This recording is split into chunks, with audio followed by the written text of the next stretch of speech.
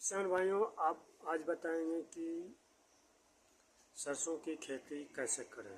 सरसों की खेती सबसे पहले ऊंचा ज़मीन का चयन से ही सरसों की खेती होती है, क्योंकि बारिश के बाद सबसे ऊंचा जो ज़मीन होते हैं उसी का खाली होती है, उसी पर सरसों की खेती होती है। क्योंकि सरसों की खेती सबसे पहले बुआई की जाती है, तो सरसों की खेती नवंबर में शुरुआत में ही उसकी बुआई करते हैं तो आपका अच्छी उत्पादन देखने को मिलेंगे।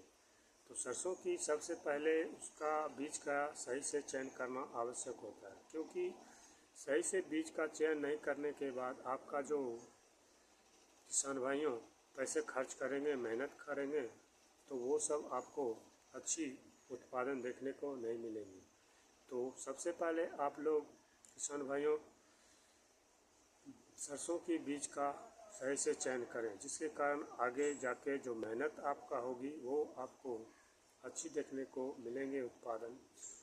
तो अच्छी अपने एरिया के हिसाब से अच्छी से बीज का चयन करें। उसके बाद अच्छी तरह से जुताई करें। जुताई करने के बाद गोबर की खाद ज़रूर डालें, क्योंकि गोबर की खाद डालने से जो फसल की होंगी, कोई भी फसल होते हैं तो उसकी अच्छी ग्रोथ के लिए, अच्छे उत्पादन के लिए गोबर की खाद आवश्यक होती है। तो प्रति एकड़ 4 से 5 ट्रॉली गोबर खाद पहले डालें, उसके बाद जुताई करें। उसके बाद कुछ खाद DAP, यूरिया, पोटास और जिंक, सल्फर सभी मिला के उस पूरे खेत में छिड़काव कर दें। उसके बाद अच्छी तरह से जुताई करें।